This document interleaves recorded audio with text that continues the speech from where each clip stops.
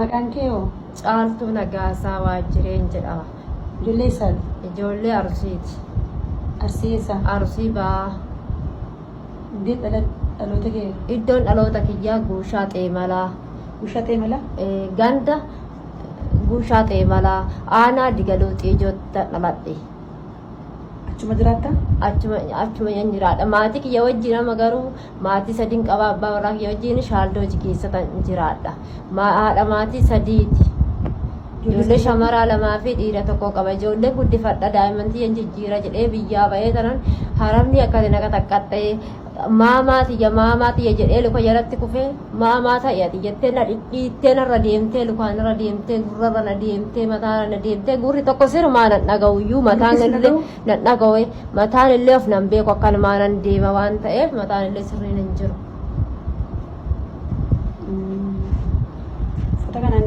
Uffata kanaan lafarra na gangalchitee uffata kanaan awwaara keessa daara keessa na gangalchitee aga dandeessu na dabadabdee akkanatti na dabadabdee achi kaatee illee deebitee ta'u ganna baastee balbala illee natti cufuuf taatee ta'u deetee sina jeesallee naan jette sina jeesa an afaan hin beeku afaan beekee ni madhu jettee dabdee kaatee sina jeesa naan jette wanni isheen irratti hin hojjenne hin jiru. Amantaan kiyya kiristaana. Kiristaana achi kee nafseeti jaanan baa jedhee too raasatti bahee raasaa halkan tokko guyyaa tokko raasaa bulee halkan tokko guyyaa tokko bulee isheen tun argitee arfaa na fuutee naan galte balaashit nafseen tiyya baraaramtee ummata Oromoo naa dhagaa sheer kobbinaa godhaa sabnatiin kiyya hin jiru tokkichi hin jiru nafti kiyya hin jiru homaan sirri hin jiru sheer kobbinaa godhaa rabbi osoo sodaattanii warri rabbi beektan. Fira qabda as keessaa? Fira nan qaba as keessaa suurii keessaa fira nan qaba. Maqaan siyoo? Maqaan ishii Gannat Taaddasaa kan jedhamtu Taaddasaa Shumee kan jedhamtu suudii keessaa nan qaba. Iddeen biraas miidhameera? Lubni kiyyaallee sirrii nan jiru kanatti na dabadabdee lubni mukaatillee lubni illee kunoo akkanatti na jira. Nafsee tiyyaan ejjatan harkaa bahee kan nafseedhaan ajjeestu. Kanseera kan najjeestu dheechee harkaa bahee arfamne. Amma fira keessi barbaanna rakkoon qabu.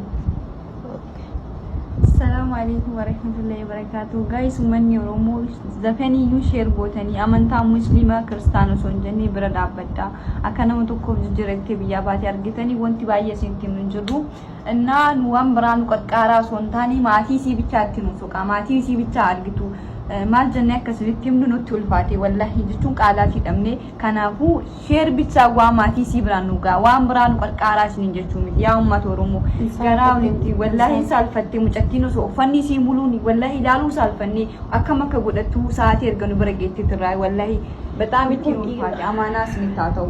Nuti sheerii laayikii argachuuf osoo hin taane maatii isii soqudhaaf maatii isii argachuu hin dandeenye. Awwaara keessa na gangalchitee aga dandeechu lafarra na gangalchitee na dabadabdee ta'u.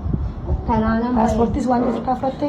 Uffata kiyya muluun harkaa fuutee bittistee tana lamaan nan bahe ibsee tiyyaa fi tanaa nan bahe uffata kiyyallee paaspoortii kiyyallee waa hunda narraa fudhattee ta'u kan najjeestuun jalaa bahe jechuudha. Haati tiyya Askaalaa Taaddasaa jedhamti. Askaalaa Taaddasaa? Askaalaa Taaddasaa jedhamti. Haati kee moo? Abbaan manaa kiyya Dajanee Baqqalaa Hodaa jedhama. Abbaan kiyya Nagaasaa Waajjiree.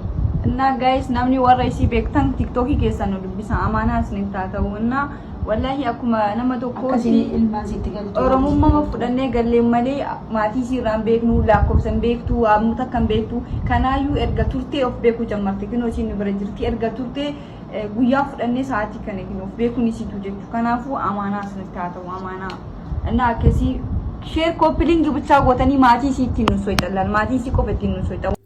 Waan baay'ee qalbii nama cabsa. Dhugaa waan baay'ee takka qalbii nama cabsa.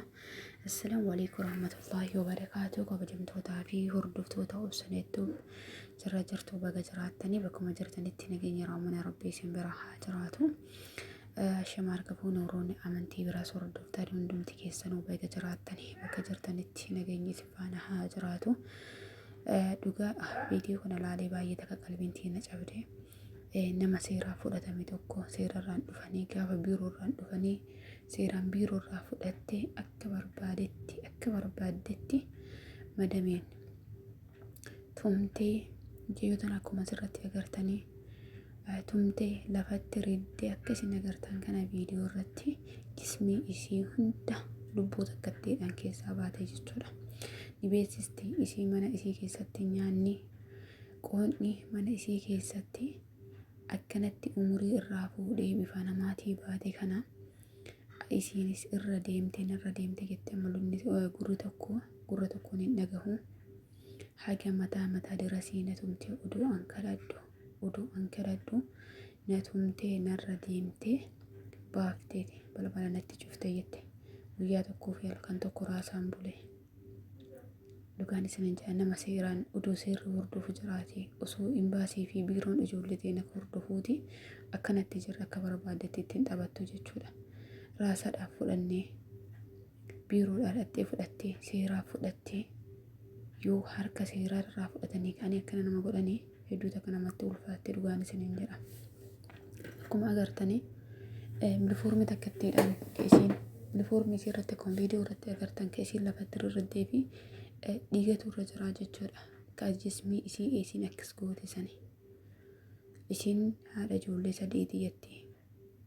Nama guddaa natti fakkaatte jireenyi ofiiyyuu akkanattuu paaspoortii nama gaafatte silaa nama biyyaa bahuun malee namni daa'imman qabu namni maatii qabu namnummaan kamiyyuu biyya ofiitiin tola keessattuu namni maatii qabu haati maatiidhaa biyyummaa tolti waa meeqa yaada ilmi namaa kun jiru ofirratti gaafa ni jijjiiramna maatii kun jijjiirama maatii kun barsiisa maatii kun akka gaariitti barsiifadha jettee biyyarraa baatee wanti akkanaa kun mudatu hedduu takka ulfaatti yeroo ammaa kana wanta takka harkaan qabdu baasaboora harkaan qabdu yaa'ani waan barbaade irratti raawwattee haga dandeettee tumtee hiifatteetuma jennaan lubbuu takka ittiin ajjeefnee gallakkiste jechuudha. Gallakkiste baaftee raasatti darbite. Jiruu biyya namaa kana keessa nama afaan hin beekne nama seeraaf fudhatan tokko nama waraqaa seeraatii harkaa qabu tokko yoo akkana godhani baay'ee nama dhibaa.